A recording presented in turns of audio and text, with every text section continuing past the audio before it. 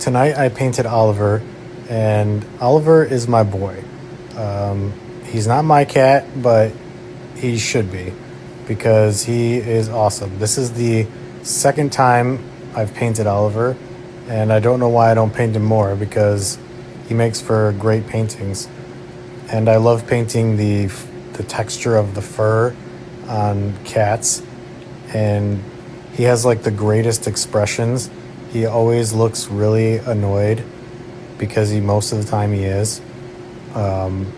He does not like to cuddle. He's not a cuddly cat at all, but he's awesome and he makes for great paintings.